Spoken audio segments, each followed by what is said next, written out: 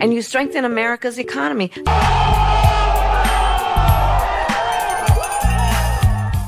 What's going on, everyone? Jeremy here from the Quartering. I hope you're having an absolutely wonderful day, although it's Monday, and so I know a lot of you are just listening to my videos to get through the grind of the day. I 100% understand that. I've got good news for you. That's right. Great news for you. Kamala Harris just plummeted in the voting odds pools, and the poll makers are hiding the latest data. Meanwhile, SNL made fun of her. She went on Call Her Daddy podcast. The podcast lost thousands of followers and was completely eviscerated in the comments, and did a bumbling 60 Minutes interview that could only be described as the worst tasting word salad that's ever been word saladed.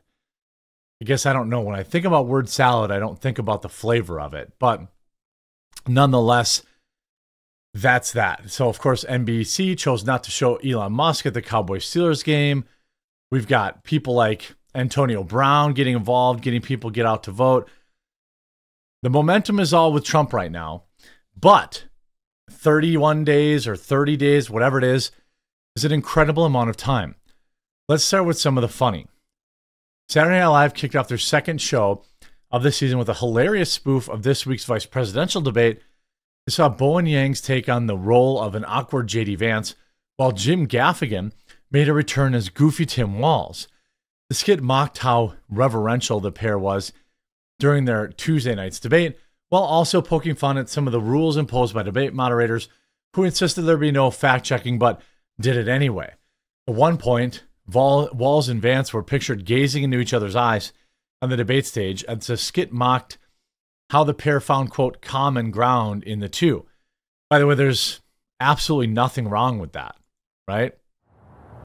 Absolutely nothing wrong with that. So you see, like, it starts out like this. And Joe Biden said, see you later. Did he mean he was coming over tonight?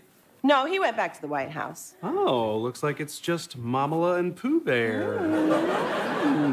Dougie. Maybe. Her laugh. Come on, just relax. You know, you haven't had a night off in 3 months. Do you want to watch something less stressful like the Menendez Brothers show? I don't know, Dougie. I kind of wish I had picked Josh right now. Oh, Josh Shapiro? No, Josh. Cabernet. Look, Tim We all will be know why fine. she didn't pick It's not like Josh. he's going to say something crazy. I've become friends with school shooters. Like, immediately. Now, a lot of people are like, oh my God, SNL turned on Kamala. I mean, they poked fun at Tim Walz saying something insane. I mean, I think that that's fair game. I will say that it's extraordinarily extraordinarily rare that SNL would poke fun at any Democrat leader. So the fact that they depicted Kamala as an alcoholic, which was great, and they made fun of her stupid cackle, and they made fun of Tim Walz's dumb goofiness. Like, SNL making fun of J.D. Vance or Donald Trump does not move the needle, right? Everyone who watches that show is already either apolitical or has Orange Man Bad, terminal Trump derangement syndrome. So when they make fun of Trump, it doesn't hurt him. But when they make fun of Walz and Joe Biden and drunk Kamala Harris, not a good look. And just look at this. Look at this trajectory. This is what it looks like in just the 7-day spread. On October 2nd, 5 days ago, Kamala Harris led this by more than 2 points. Again, it's a poly market.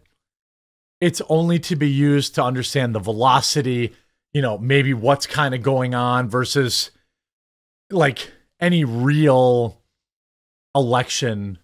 You know, it's just interesting to watch how the emotions of the people who are betting on this are going, right? They now have Donald Trump at a full 5-point lead. And to be honest, it's actually what, 46, 47-9, 48-9, 49-9, 51-9, 52. So he's at like 4.5. It was 6 points earlier today.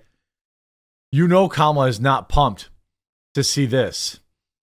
So Trump came down a little bit. Kamala went up a little bit. But as you can see, Trump's already going back up and Kamala's already going back down. Not good news for Kamala Harris. SNL mocks Kamala Harris watching Walz Vance vibing during a VP skit. Why are they friends? I mean, I did not think they were vibing, by the way. I thought Tim Walz looked cowardly and looked like outmatched and lost. Then you look at some of the word salad, like this desperate Hail Mary pass fails. So she goes on Call Her Daddy, which I've got a whole separate episode dedicated to because it's such a train wreck. I just know you're going to love it. Here she is on 60 Minutes.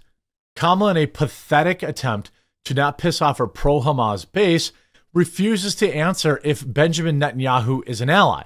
Now, generally, I would say an ally is someone that reciprocates, okay? Not just takes American tax dollars by the billion every year. But hey, I'm just some Midwestern guy in a hoodie. Wait a minute. I could be a senator. Do we have a real close ally in Prime Minister Netanyahu? I think, with all due respect, the better question is, do we have an important alliance between the American people and the Israeli people? And the answer to that question is yes. Why? I've got nothing against Jewish people. I've got mad love for them. You're a good person. I don't really care where you're from or what your religion is. That stuff just doesn't matter to me. But like, It seems that Prime Minister Netanyahu is not listening. Well, Bill, the work that we have done has resulted in a number of movements in that region by Israel that were very much prompted by or a result of many things, including our advocacy for what needs to happen in the region. literally what? What? Literally what? I don't even understand. Do you understand what that woman just said? Tim Walz going on, right? Getting desperate, going on Fox News, getting absolutely eviscerated. Getting absolutely live fact-checked on Fox News. The team is desperate. By the way, she was on Call Me Daddy talking about BJ's or whatever while Americans suffered, you know. That's what's so wild about this. Like, Tim Walz is an idiot. He may be a fine grandpa or father or whatever the case may be. Fine neighbor, okay? But that guy, I don't know how he got elected. Maybe one of the dumbest individuals I've ever seen. Then you have these just desperation. Kamala, my plan is about saying when you invest in small businesses, you invest in the middle class. CBS, the question was, how are you going to pay for it? Kamala, I'm going to make sure the richest among us pay their fair share in taxes. I mean, like, what? But we're dealing with the real world here. How are you going to get this through Congress? My plan is about saying that when you invest in small businesses, her plan is you about saying invest in the things. middle class and you strengthen America's economy. Small businesses are part of the backbone of America's economy. But pardon me, Madam Vice President, the question was, how are you going to pay for it? Well, one of the things is I'm going to make sure that the richest among us who can afford it pay their fair share in taxes. It is not right. That's not going to that happen. Teachers and nurses and firefighters are paying a higher tax rate than billionaires and the biggest corporations. By the way, they're not, right? Okay. Billionaires and these big corporations pay more into the tax system than the bottom 50% combined, most likely. Whether it's through payroll taxes, corporate taxes, the personal taxes of the owner, all the other ways the government skims money off these companies. But I plan on making that fair. But we're dealing with the real world here. But the real world includes... How are you going to get this through Congress?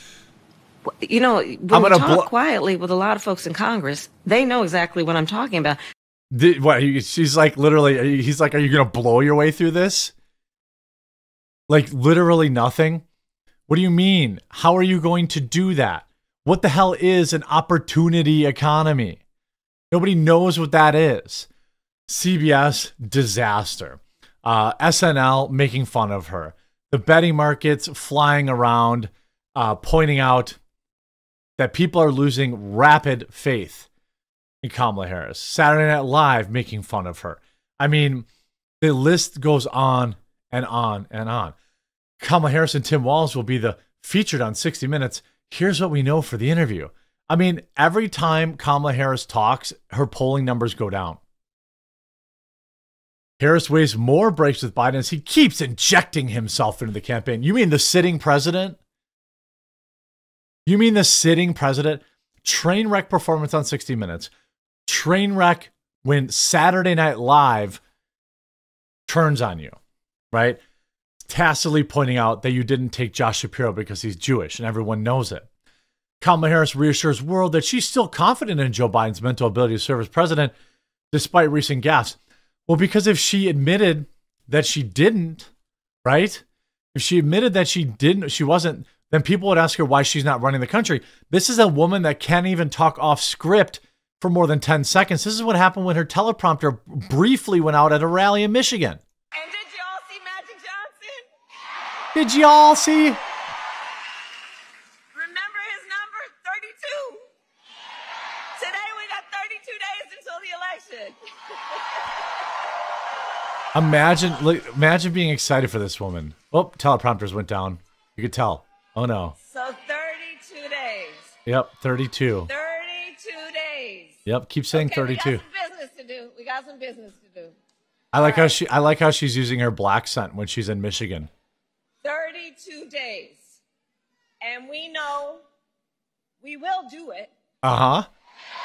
Okay. Yeah. She's so stupid.